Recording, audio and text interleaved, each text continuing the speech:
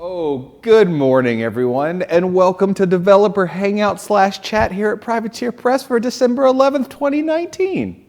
I got all of the things right. Woo! Date and everything. I Good did. job. I did. I'm Will. I'm Will. You're Will. We're Dev Team. If you've never joined us on one of these streams before, we stream here at Privateer Press. Let me tell you about it. We stream every Wednesday at 10 a.m. Pacific. That's the Developer Hangout, where we talk about rules on upcoming games, things we're working on, what's going on. Today is going to be a bit of a Riot Quest and War Machine focused one. We're going to go over Scythe and Dr. Stygius. Next week will be Monpoc again. Yep, next week will be Monpoc. Every Thursday is Get Your Paint On with Jordan Lamb, where Jordan paints the models we make and talks to you about hobby tips and tricks. Then there's two semi-regular shows we do, the Staff Showdown, where we play the games we make. So if you want to watch live battle reports. The next one's on December 17th. Tony, what is that going to be? Do you know? It's Monpoc, right? No, I believe we're doing more of our Internal Oblivion campaign. Oh, more of the Internal Oblivion campaign? And in fact, on December 17th, we are doing a twofer. We're doing a stream in the morning and a stream in the afternoon. Oh, wow. That is really ambitious. You've got a exciting. lot of confidence over there.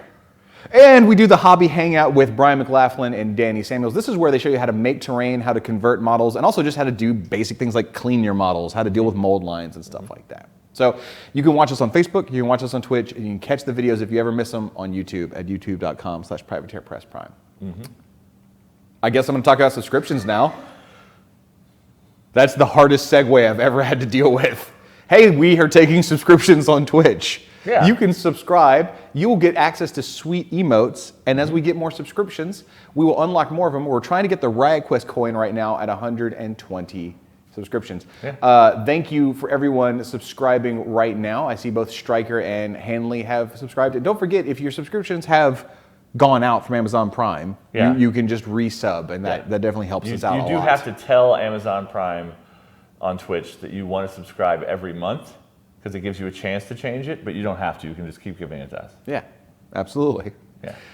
And one thing I didn't tell you about is about the holiday subs that we have coming up. So if you subscribe between now and the end of the year to our channel, you will get these fun holiday emotes to use in your Twitch chat. I don't see a butcher clause. Are these Twitch? These are Twitch emotes. Yeah. Subscribe to our channel, you will get these emotes from Twitch. That's cool. It's very festive.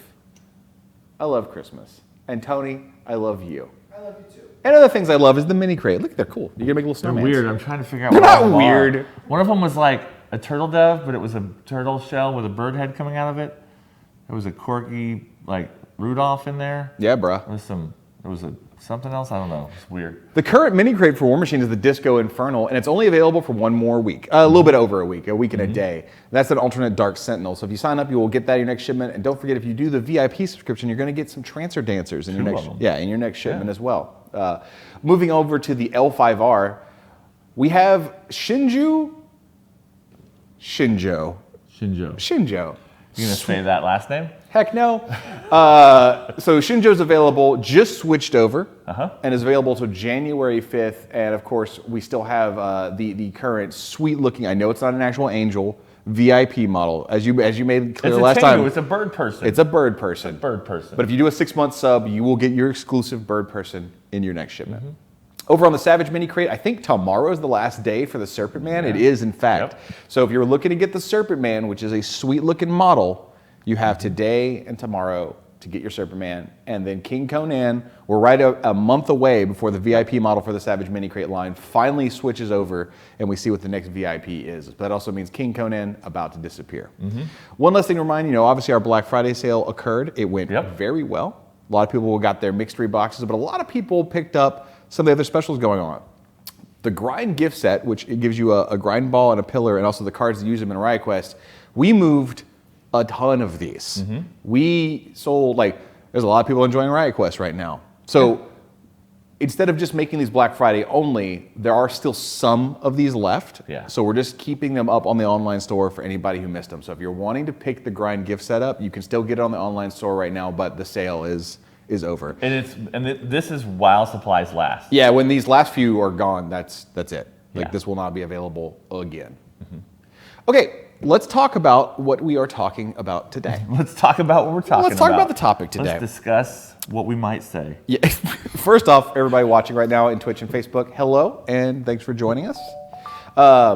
We are going to be going over Scythe and Dr. Stygious's Riot Quest rules, as well as the rules of the gear cards that come in their blisters, and we're going to talk about that for Riot Quest. And then we're going to show you all the in-testing rules for War Machine and Hordes right now for both Scythe and Dr. Stygius. So we've got a little bit of everything going on. But first, these are the January releases for Riot Quest. So you're going to see both of these show up in stores next month after the holidays. So save the money that Santa brings you.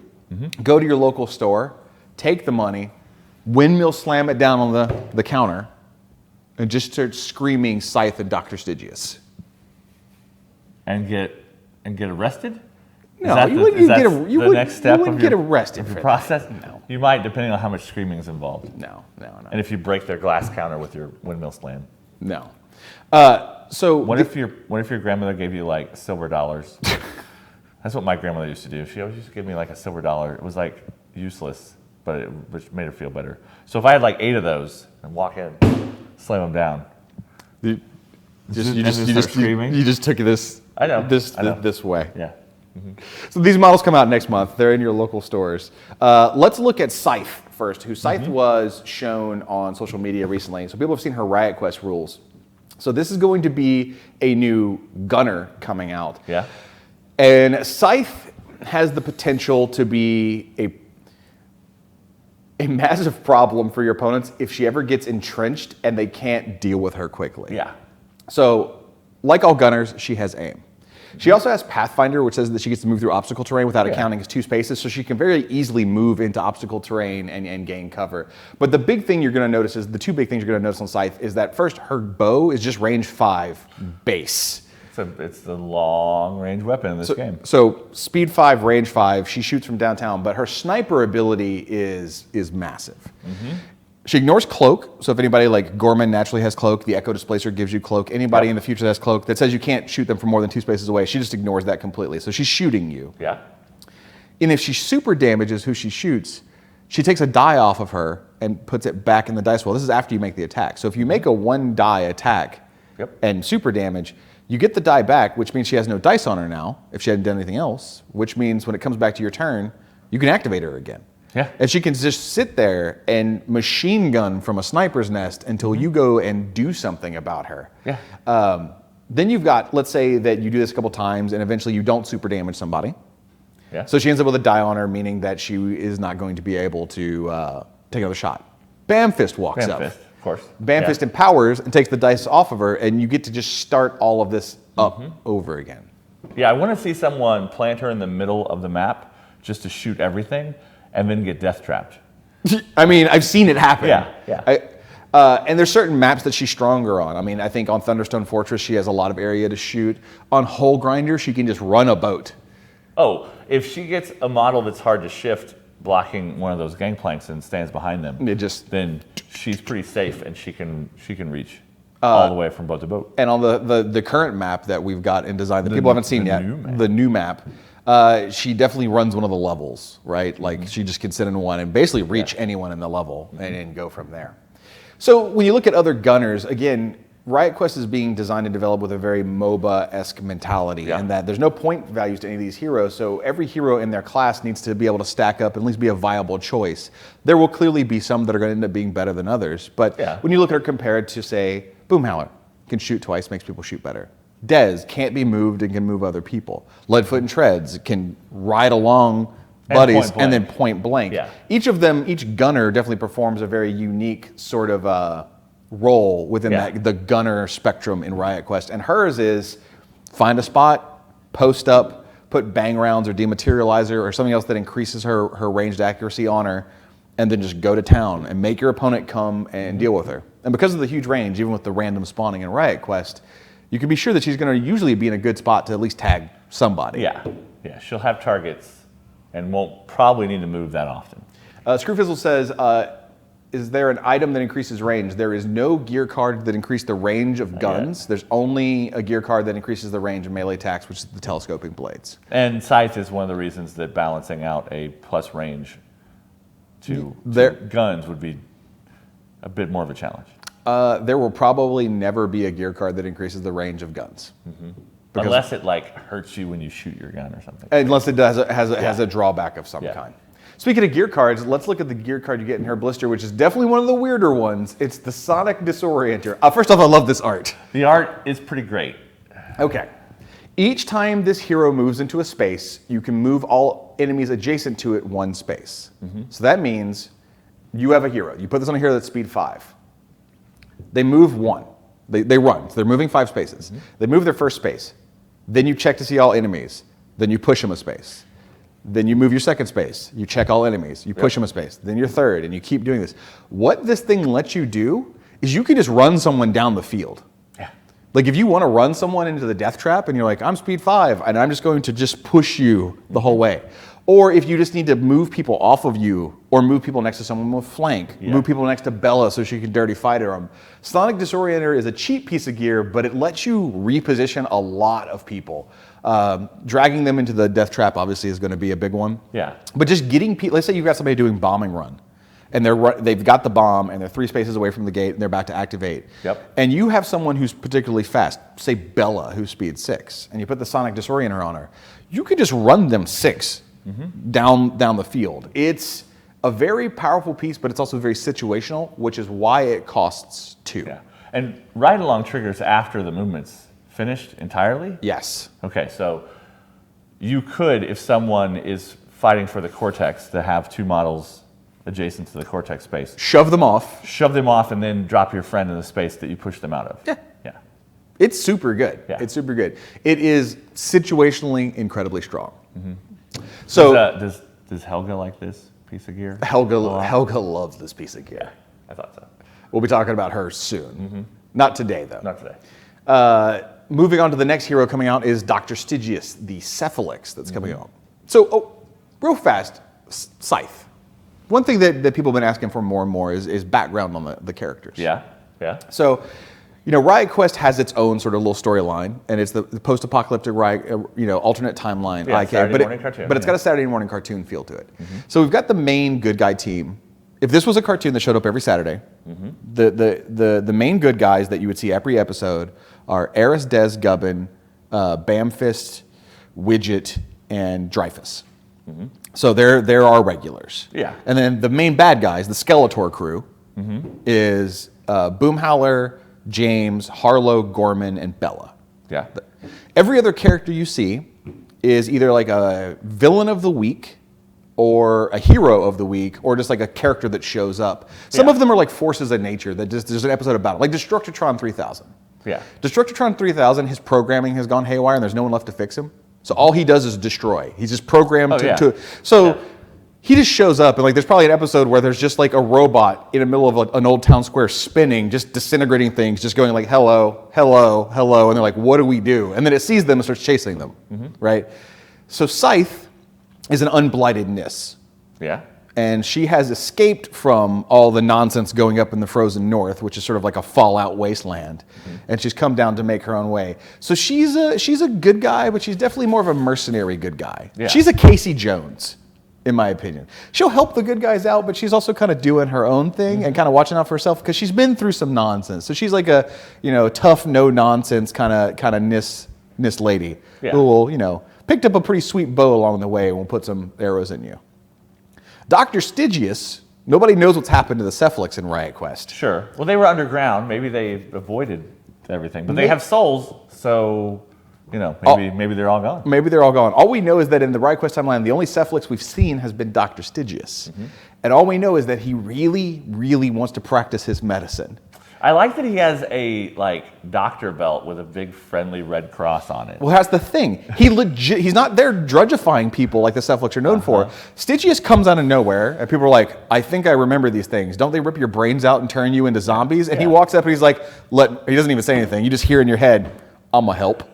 And he just sticks you in the neck with a syringe, and you're like, oh, my knee feels better. And he's like, and just floats on and just keeps helping people. He just wants to hook people up and do surgery on them. No matter how hurt or not hurt you are. Arm missing, he'll put it back on. Scraped your knee, he'll put it back on. Like Stygius is going to heal you whether you like it or not. Will he put your arm back onto the stump where it came off of, or will he put it like Oh on no, the he's a good back of doctor. your head? He's a good doctor. Oh, okay. He's the good Dr. Stygius. Okay. So we have a specialist here. So he's got Tinker like all other specialists. He makes your loot cost less on him and nearby. Yep. He has special action heal. This is the only hero we've seen that has a baseline heal ability. And in Riot Quest, that is really, really powerful. Yeah. So he can walk up, spend a die, choose another model in your crew within 2 spaces. You roll 2 blue dice, and you just remove that much damage. So when you play with tankier characters, Butcher, James, anybody with, especially people with 4 health, like Captain Cartooth is 3 now, but he's got snacking. Yeah. But like Wolf and stuff like that, they get beat up a little bit. You keep Stygius nearby, he walks up and just yoinks that off. He's got a decent melee attack. You're probably not using that most of the time. He's got the Psychic Assault, which is range 4, 3 blue, and it also has a very random but very powerful ability, which is Scramble. If he hits an enemy, after the attack's done, you roll a red die. If that die comes up a Super Strike, which is a 1 in 6 chance, your opponent has to take a white die from their well and put it on the hero. You basically time walk them. Yeah. So if they don't have a Bam Fist, they can't do anything about that. So Acrostor says, so a model within 2, no, he is a model within 2. It will specifically say choose another model or choose a model. For example, Bam Fist says choose another model within 2 spaces to empower, and that's because he can't empower himself because that's an infinite loop. Dr. Stygius can heal himself. Again, talking about the sort of roles of Riot Quest classes, this is somebody who's up against Widget, Bam Fist, Wendell. You talk about Bam Fist, who can just pull action dice off people and let them go again. Widget, who just rigs bounties. And gets where she wants to be. And gets where she wants to be. So the specialists are all support class, and they have to have really strong abilities that make them stack up instead of just reaching for another fighter, gunner, or another specialist. And in this case, it is Stygius' heal. So if you're building a tanky crew, and that's what you want to go for as a tank, like I'm going to get in and not give up scrap cards. Stygius is the guy you want to reach for because he's going to keep your team healthy and keep them up and going. The Butcher doesn't like it when he heals him, though, because it makes him less angry. But he doesn't mind also not dying. I don't know if the Butcher cares that much about dying. He probably didn't think about He's that. so focused on one thing in life. Butchering. It's true. His gear card is also something that is sort of a new design space. So he has Brain in a jar. Hero can rig for free. Well, yeah. And really cool. At the start of this hero's activation, you look at the top card of the bounty deck and either put it back on top or put it on the bottom of the deck. So this is the first time we've seen manipulation of the bounty deck and or treasure deck in a way like this. There's the loot duplicator, which makes the chances of you getting the loot you want out of a treasure chest better, but no one's ever really manipulated the deck. No one's ever scried before. And that's what this is. He lets you rig for free, which is, I mean, anything that lets you save a die is great. But also lets you scry the bounty deck to try and build the bounty on top that you want based on the crew you've got in play and who you've got available. Or try to deny. We've had lots of games that have come down to if I can get 1 point this turn. And if the top one flips and it's what I need. And so if you're in a position where I'm going to score and I'm going to clear a bounty and I want to know what I'm giving you so that I can try to prevent you from winning, that's another option too. This is also probably the darkest looking gear that's come out in Riot Quest. Like you've got like bang rounds, giant bull with a smiley face on it. We saw the Sonic Disorienter, which is like a speaker on a padded helmet. This is what it says it is. It's a brain in a jar. I'm curious whose brain it is or what's brain it is. I mean, it's someone's. Is it a Gorak's brain? Is it, what? Was it like a father's brain or maybe a mother brain of some kind? No, I don't know. I doubt it was any kind of parent. Yeah, who knows? It could have been anyone. It could be Haley's brain. Maybe that's why the timeline split and nobody can fix it, is because Haley's brain is in a jar. It could be anybody. Also, can we just admit for a second that if this thing was on a huge base, it would make a badass Cephalix battle engine? Yeah. That's not happening, but I just wanted to say that. I like that it has legs too. It has, because it can just it just scuttles around thinking. Anyway, so that's the Riot Quest models coming out. You're going to see those. That's all their rules and their gear cards. But obviously, all Riot Quest models are playable in War Machine. I say all. Just this question has come up a lot. People have been asking, because we announced sort of the block format for Riot Quest and how Riot Quest is going on for many, many more years. And if every single model ever was always going to work for War Machine, and the answer is not every single model. Most of them will, Sure. but we're going to do some weirder things, and we're going to do some things that are so weird that they wouldn't fit into War Machine neatly. For example, we just solicited the 100% Mayhem gear expansion, which is a bunch of gear models like a surgery table, wormholes, a turret, and stuff like that. That are all like gear cards that are represented by physical models that you put in the arena and sort of have like automatic abilities. Those will not be getting War Machine rules. You can use them as objectives. You could use them as just terrain. You could use them as like a decoration on a model, whatever you want to. But we're not going to make individual stat cards for wormholes and turrets and other things like that. Also, Matt Getz just showed up in the Twitch chat, so I have to stop for a second and say, Matt, hi, I miss you. Let's talk about some War Machine rules, though. Let's do that. So let's go over Scythe first. So Scythe, disclaimer, these are the current in-testing War Machine rules. These rules are subject to change. They have not been final locked.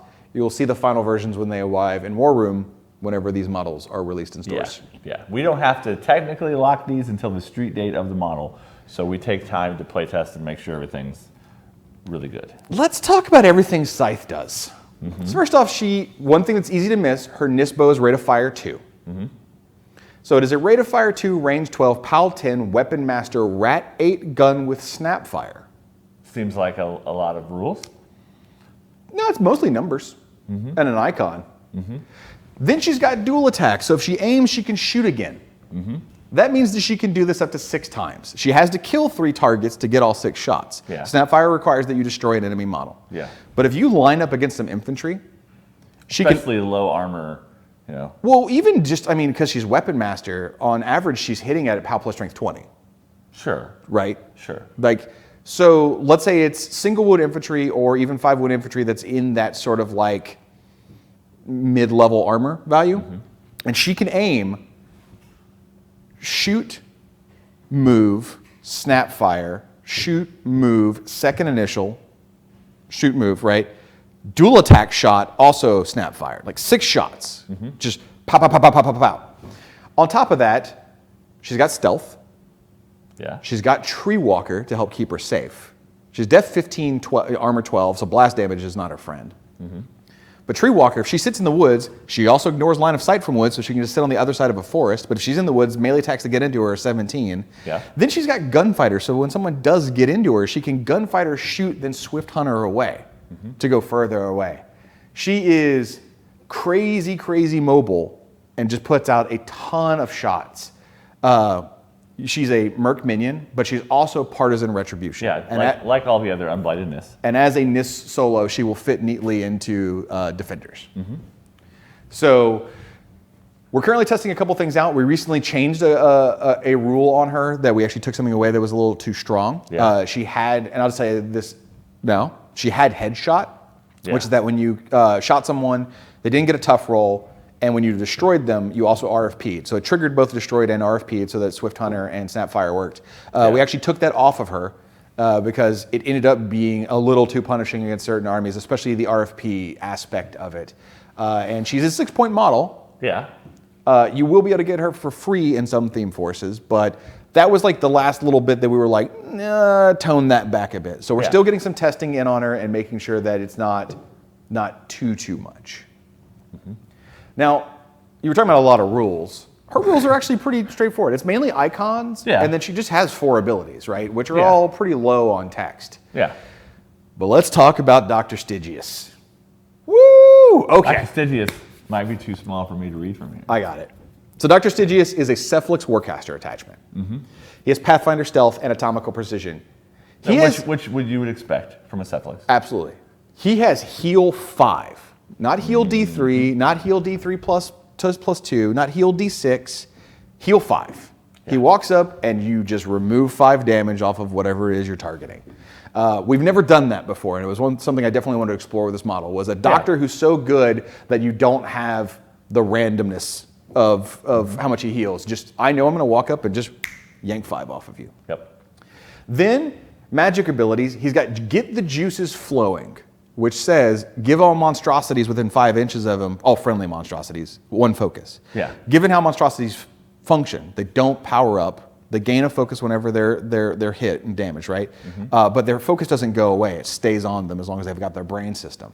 So now on your opening turn, Stygius can walk up and just get the juices flowing and just boop. He's a power-up bot for a type of warjack that doesn't lose its focus, which that alone is really strong. I just want to also add, there's so many various juices that could be flowing in that situation. I know. It's kind of gross. I do love that. This is a little dev insider. I'm writing his rules, and I stop, and I had the rule written. I was like, man, I need a name for this. And then I'm like, and I write down, and I turn and look at you, and I'm like, Oz. And you give me that same look whenever I say your name in the office, which is sort of like disappointed father look. No, what it is I'm ready, but I don't want to be. Like, yes. And I'm like, here, but you could just turn back around and say nothing. Whatever it is you're going to say. And I'm like, I figured out what I want to call that Stygius ability that gives the focus of monstrosities. And you cock an eyebrow and I say, get the juices flowing. Yeah. And you take your headset and you put it back on and you just spin around. Yeah. And that's how I knew we had a winner. Yeah. And that's how I knew it was the right thing. When Oz gives me the silent disgust, we're good to go. Spell Slave. Yeah. Spell Slave on the 2 casters available in Cephalix. We're talking about free TKs of Exelon, free Breath Stealers whenever you're playing Cognifex. Like, there's more that you can do with it, but that's probably going to be the 2 I expect you're going to see cast the most. And so Spell Slave, obviously huge deal. He has Sack Pawn. Yeah. Because But he's a Cephalix. his prosthetic manipulators have anesthesia, just like Dr. Arcadius does. So if you end up getting into melee with something, he can just walk up and stationary people. Now, he's Mat 6, no boost mechanic, but it's kind of a last-ditch effort. But, somebody throws a War Beast near your casters, and Dr. Stygius is there, and TK is not the right answer, getting the juices flowing, the monstrosities are too far ahead, who knows? Maybe you just take a wild shot and go, well, boop. And he's got 2 chances to hit. Yeah, So that does, if you're 2 going initials. against one target and its defense is not ridiculously high, then having a second shot will help a lot. Yes.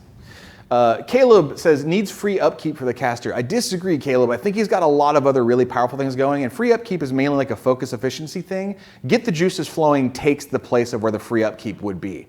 Because instead of upkeeping a spell for 1 focus on a caster, instead, Dr. Stygius can walk up and give out 4 focus to all the monstrosities that they would have to come from the caster, or you doing something like having Kayazi Eliminators under a Dominator walk up and stab him in the back. But this is a much easier way. So get the juices flowing is more focus efficiency than a free upkeep. And we don't want to give him both free upkeep and get the juices. That's doubling up on the same sort of design space there. Yeah. So that's where we were going, and I think when you play him, you'll find Get the Juices Flowing is more powerful than just free upkeep. Yeah, and people mentioned that if you do try to use this model to also damage your monstrosities, it will stationary them. Yes. So Get the Juices Flowing is supposed to be his way to help monstrosities out. If you really want to put a whole bunch of focus on one, you can attack it 2 more times, but you're going to make it stationary. That is intentional. Yeah. So with him having Get the Juices Flowing, I mean, it is an action, so he can't do it. He can't do it and make attacks as well in the same turn. Yeah. But we don't want him walking up and poking, which is a tactic you use in Cephalix. We want him walking up and using Get the Juices Flowing. We don't want him charging monstrosities in the back. Not that it would really help, because he can just walk up 6 and do this 5. So in terms of getting focus on monstrosities, we want him to use that ability. Yes, it's a magic ability. Yes, there are some effects that will interact with that, like Asphyxious 3's feet and different things. But still, very strong. Also, 4 points. As a Warcaster attachment, he's got a lot going on, and he only costs 4 points. So this is a really cheap, very good model that, to be honest, I'm really happy that we're finally getting to make. Yeah. When we first pitched Stygius for Riot Quest, at first we didn't know what kind of model he was going to be in War Machine, because that's how it works. The Riot Quest models are pitched as Riot Quest models, and then then we see where they fit. Yeah. And immediately when I was given the chance to design him, I was like, what can we do with another guy, right? Yeah. Is it just another solo? Is it a weapon attachment? It's like, no, the main thing that they need, that they don't have as a sort of very mini faction, is a Warcaster attachment. And in terms of being their one and only, he needs to be impactful. Yeah. He needs to do more than just say like a Scarlock. Yeah. Right, as a character. And so I think I think we got there on that. I think he's got a lot going on, but I don't think he's too powerful, and I hope that people like him. And in the future, we're talking about, we're not going to be specific here, but we're talking about things that are going to get added from Riot Quest and the War Machine that aren't just character solos. Absolutely. That work like a solo. We've got new casters. We're going to do some weapon attachments in the future that are coming up. The only one you probably won't see come out of Riot Quest will be units. And that's because they're all, the game is built around, like I said, MOBA, League of Legends style heroes. So you're playing individual heroes. Even recently, we announced in the next block, the Wintertime Wasteland block, we're introducing the idea of tag team heroes. And that is going to be 2 heroes that you know about or characters you know about on one base that count as one hero. We announced Dez and Gubbin Dynamite Duo. So what that is on a large base, it's a new Dez, and she's got a new weapon. It's this big mechanical mecha mortar. And she's got Gubbin stuffed into it. And Gubbin has got his hands full of explosives, and she's just firing him over people, dropping bombs on top of everyone. In War Machine, that's going to be a single large base model, and its subtype is going to be Dez 2 and ampersand, Dez 2 ampersand Gubbin 2. Which means if you're playing Dynamite Duo, you can't play Dez 1 or Gubbin 1 because this counts as both. It's sort of like the Saren and Ryas thing, but instead of being on 2 cards, it's just on one card. Mainframe Zero has an interesting question you kind of touched on earlier about why we're adding Boomhowler back to the game. And that's because the Saturday morning main cast kind of concept of this game, you will see some of these characters who are more frequent in the show come back around.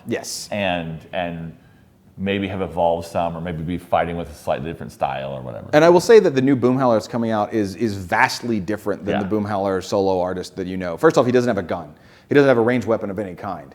This is like Boomhowler triumphant. This is the bad guy having won a bunch of fights. He's going to be like covered in all kinds of scraps of armor that he's looted, and he's two-handed wielding something truly massive. And when people see what it is he's wielding, they'll recognize it, and it's terrifying that Boomhowler has it. And that's why he's become Boomhowler the Destroyer. So this is definitely him jumping up to the next level. Moore says, is James a main character? Yes, James is part of the main villain team. People are guessing Wrathrock. No, Wrathrock is in pieces. There's a shard of it in the box set.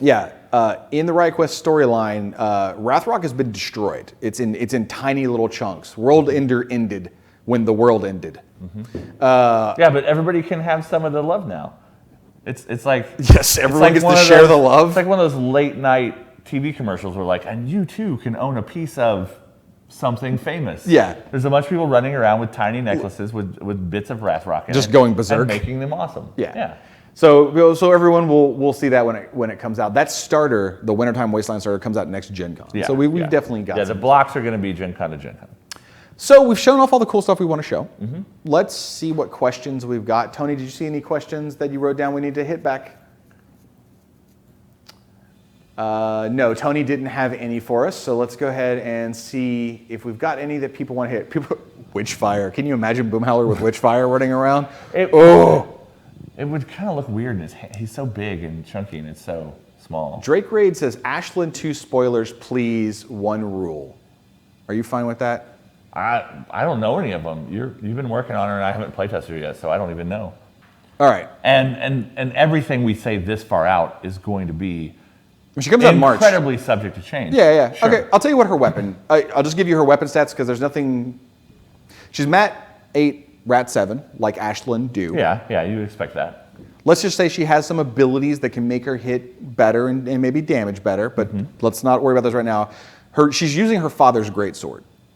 So it's range 2, Weapon Master, Crit Decap, Thresher. And it is POW plus Strength base 12. So Ashland, she has ways to be very mobile even after she commits, and she also has ways to survive even after she commits. What we're going for with Ashland and her unit is that she is very much lead from the front duelist. Imagine the Lely's people come charging over the hill, and at the front of them, Joan of Arc style, is Ashlyn, and we have designed a caster that does that. Yeah. Now, I watched her die yesterday to a Helga 2 run Meat Thresher, but that's because Helga 2 has the Horde's version of Kray's Iron Horse. She makes all Meat Threshers and all War Beasts in her battle group have Cav Repo 3, not 5, Pathfinder all the time, and they get to make impact attacks. So a Meat Thresher charging in as a Cav model against a small base one, got its 4 dice in, and rolled really well and managed to take Ashlyn out. But normally Ashlyn goes in, threshers a ton of people, triggers her special abilities that are based off her killing things that provide buffs to everyone else in her army. Then she repos away and gets to a safe distance. There you go. There's some spoilers for you. I will say that she's a little bit less duelist. Like, she could survive. She's got really high def and ways to survive even after being knocked down. But like, she doesn't straight up have the duelist rule anymore or anything like that. And that's because she's not using the duelist weaponry. Like, she doesn't have riposte. And that's because she's using her father's large sword. Yeah, she's using a huge claymore. So she's still like an amazing swordswoman and can survive with her incredible high def and other defensive abilities. But her defensive abilities are they're not like defensive strike. They're much more like keep me alive, but not like I swing back at you kind of stuff because she's got the giant sword. I just want you to say yes or no to any chance that we'll get a War Beast or a Warjack in Riot Quest. Yes. Okay, cool. That's what I thought. Yes. All right, let's see if we got any last questions, and then we're going to get out of here. Other than Weird Wendell, any Grimkin concepts for Riot Quest? Yes, the next one's the 4 Horsey Mans. Yeah. Somebody answered that in the chat too. Yep. Mainframe Zero says, Pharaoh CID? No, there will not be another CID for a few months, if not more. Yeah. Chuck Dogwood, no spoilers yet. Although Chuck's getting closer. Chuck's getting closer. You can hear him giggling somewhere in the distance. Warjacks for Riot Quest boss battles. Wouldn't that be cool if we made like a raid expansion that had boss fights where there was a co-op version of Riot Quest, but then you could also play the model in normal Riot Quest and you could play it in War Machine? That'd be sweet. Yeah, that does sound like something cool. Terrorizer info was Animus's Rush, and he only cost 7 points. Only. And any info on the Creel Company and Pig CID. There's not a CID for that. There's a dynamic update. That dynamic update has just gotten through some of the final stages of editing. It's with our design team. We are still aiming to get that dynamic update this month. Obviously, the holidays are fast approaching. Yep. So if it isn't out before we all leave for Christmas, it would be out in early January, which we kind of said. But I will tell you honestly, there is a really good chance it comes out next week. Yeah. So we will see. That's after next week is when we're gone. Everything starts happening with nobody in the office. If it doesn't come out next week, it will be January. Yeah. Because of the holidays. And Yancey Jones wants to know if we'll see the Admiral Carver concept art anytime soon. It'll be a little bit, but you will see it in time. All right. I think that's all we want to hit for now. So we're going to get out of here.